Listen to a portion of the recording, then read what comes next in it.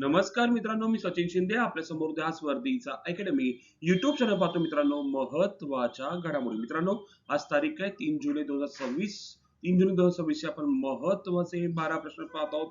कोणतीही स्पर्धा परीक्षा असू दे, चालू घडामोडी हा विषय खूप महत्वाचा असतो आणि त्या अनुषंगाने आपण दररोज सकाळी 6:30 वाजता आपल्या ध्यास वर्दीचा अकॅडमी युट्यूब चॅनलवरती आपण रोजचे प्रश्न घेऊन येत असतो. आणि मित्र हो, आपण नवीन असाल तर नक्की चॅनल सबस्क्राईब, लाईक आणि सर्वांना शेअर करा. आणि मित्र हो, हा व्हिडिओ पाहताना सुरुवातीपासून शेवटपर्यंत पहा, जेणेकरून आपल्याला मदत होऊ शकते.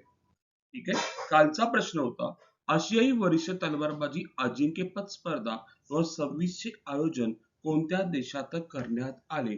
तर उत्तर आहेच भारत देशात करण्यात आलेले आहे.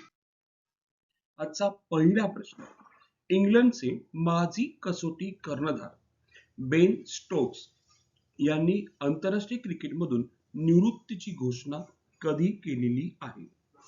असं आपल्याला प्रश्न आलेला आहे, केव्हा केलेली आहे? तर पाहायला गेलं 28 जून 2026 रोजी त्यांनी निवृत्तीची घोषणा केलेली आहे. ठीक आहे, डिटेल पाहूया आपण.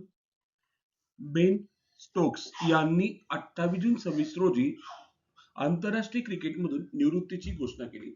त्यांनी सुमारे 15 वर्षे इंग्लंडचे प्रतिनिधित्व केले. जवळपास 4 वर्ष इंग्लंडच्या कसोटीचे कर्णधार होते. 27 एप्रिल 2022 पासून कसोटी कर्णधार म्हणून काम पाहिले.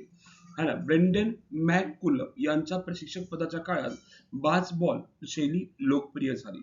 बाज-बॉल म्हणजे आक्रमक फलंदाजी, सकारात्मक cricket. 2019 ICC one day world cup अंतिम सामन्यात मॅन ऑफ द मॅच ठरले. 2022 आयसीसी T20 वर्ल्ड कप विजेत्या इंग्लंड सारख्या संघाचे प्रमुख सदस्य होते. IPL 23 मध्ये चेन्नई सुपर किंग्स कडून खेळले.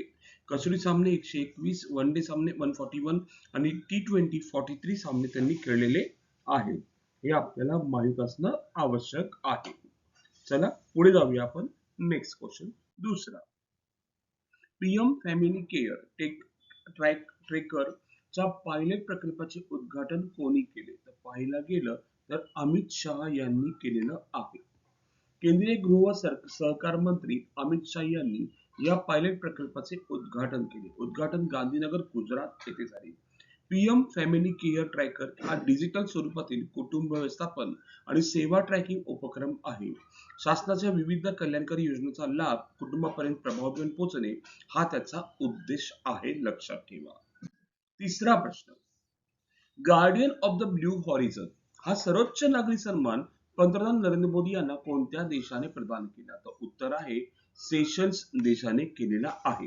मोदी यांचे अलीकड आंतरराष्ट्रीय सन्मान 31वा royal order of the polar star Sweden, 32वा grand cross of the royal Norwegian order of the merit Norway, 33वा order of the white double cross first class क्लोविया आणि 34वा आता मिळालेला guardian of the blue horizon Seychelles नावाच्या देशाने. म्हणजे एकूण प्रकारे पाहायला गेलं सर्वोच्च नागरी सन्मान मोदीजींना 34 पुरस्कार मिळालेले आतापर्यंत आहे. चौथा प्रश्न आपण पाहतोय, फिफा विश्वचषकाच्या सलग 6 आवृत्त्यांमध्ये गोल करणारा पहिला खेळाडू कोण आहे? असा आपल्याला प्रश्न विचारलेला आहे. मित्रहो, पहिला खेळाडू पाहायला गेलं तर क्रिस्टियानो रोनाल्डो आहे पहिल्या 6 आवृत्त्यांमध्ये गोल करणारा खेळाडू, लक्षात असू दे.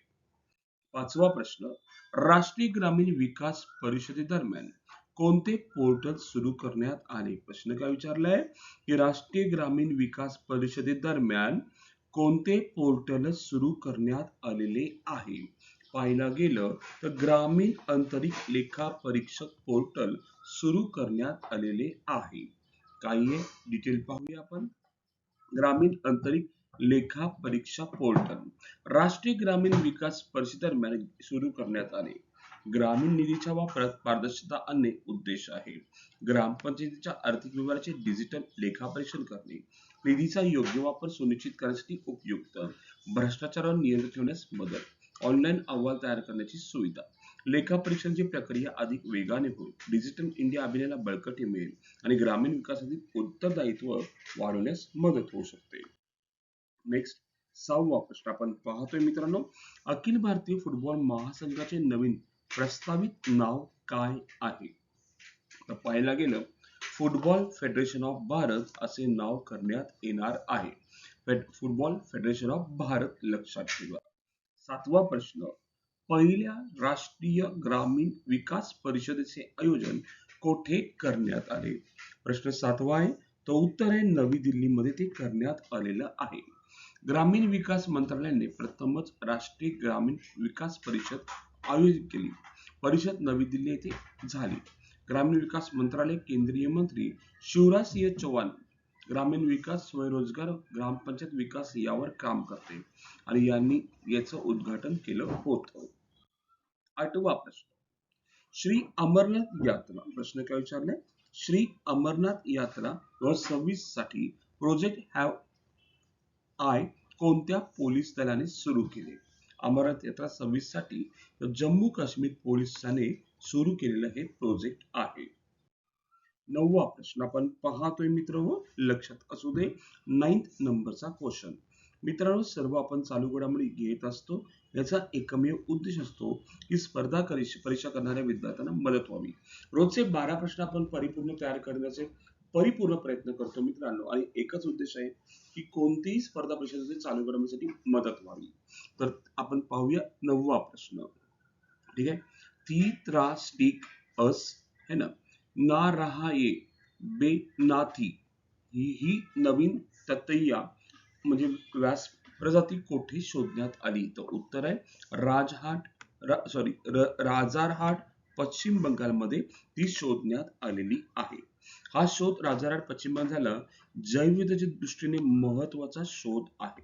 वैज्ञानिक नाव आहे लक्षात ठेवा त्याचं, आणि ततैयाची नवीन प्रजाती आपल्याला मिळालेली आहे असं आपण म्हणता येईल. आणि कुठे भेटली ती प्रजाती? राजरहाट पश्चिम बंगालमध्ये भेटलेली आहे. 10वा प्रश्न. मध्य प्रदेशातील कोणत्या पिकांना है ना पारंपरिक पिकांना जीआय टॅग प्रदान करण्यात आलेला आहे? कोणत्या पिकांना तो देण्यात आलेला आहे असा आपल्याला प्रश्न विचारलेला आहे. ठीक आहे. आपण जर पाहायला गेलं तर उत्तर आहे बैंगनी, अरहर आणि छत्रिया धान या पिकांना काय देण्यात आलेल्या मित्रांनो, लक्षात ठेवा, जीआय टॅग प्रदान करण्यात आलेला आहे. बैंगनी एक आहे, अरहर एक आहे, छत्रिया एक आहे, धान असे एकूण टोटल 4 पारंपरिक कृषी उत्पादनांना जीआय टॅग प्रदान करण्यात आलेला आहे. यामध्ये बैंगनी, अरहर, छत्रिया, धान यांचा समावेश आहे. जीआय म्हणजे काय मित्रांनो? Geographical indication. विशिष्ट भौगोलिक प्रदेशांशी संबंधित उत्पादनाला जीआय टॅग दर्जा दिला जातो. लक्षात ठेवा.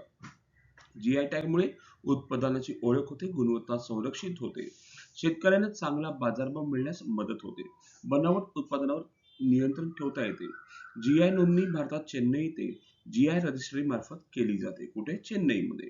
जीआय टॅगची वैधता 14 वर्ष असते, नंतर नूतनीकरण करता येते. पारंपरिक कृषी वारसा जपण्यासाठी जीआय टॅग खूप महत्वाचा मानला जातो, हे सुद्धा आपल्याला माहित पाहिजे. 11वा प्रश्न आपण पाहतोय. भारतातील 6वे पूर्ण साक्षर राज्य कोणते घोषित झाले? पाहायला गेलं 6वं राज्य उत्तराखंड घोषित झालेलं आहे. आणि 12वा प्रश्न मित्रांनो पाहतोय आपण.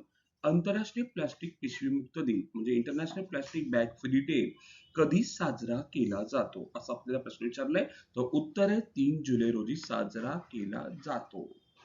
आणि सर्वांसाठी आजचा प्रश्न.